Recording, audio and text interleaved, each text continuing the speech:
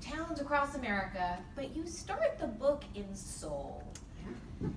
Talk to us why you had, and then she looked at me in the green room and she's like, have you been to Seoul? And I was like, no, and I'm desperate to go. She's like, tell them why you looked sad for me, but I have never been to Seoul. Here's the thing about Seoul, and the striking nature of the story, that everything just works.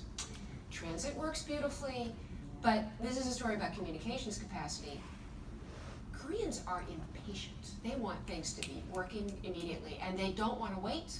And they assume the presence of a very high capacity, cheap network everywhere. When they come here, they feel like we're taking a rural vacation. You know, life is sort of slowed down. And so what it's like is just functioning, never waiting and never thinking about the expense of communicating. And that basic to everybody's life is all these pieces of infrastructure, chief among them from my perspective, communications, but also an incredible subway system, you know, Right.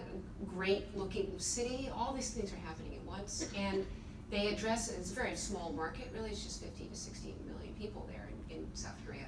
But things are working, and they are surprised, and I just met with a whole group of South Koreans before we started here. They're surprised at how poorly things function in America. And I've never been embarrassed to be an American.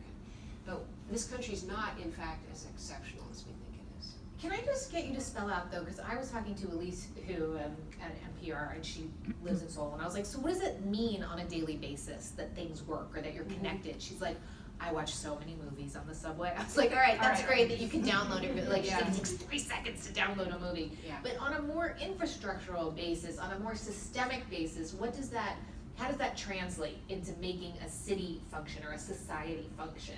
Well, it means that you can assume that everybody can be part of that city if they need to understand how to get from one end of the city to the other, if they want to access services, reach a company, be in touch with their family across other parts of Korea.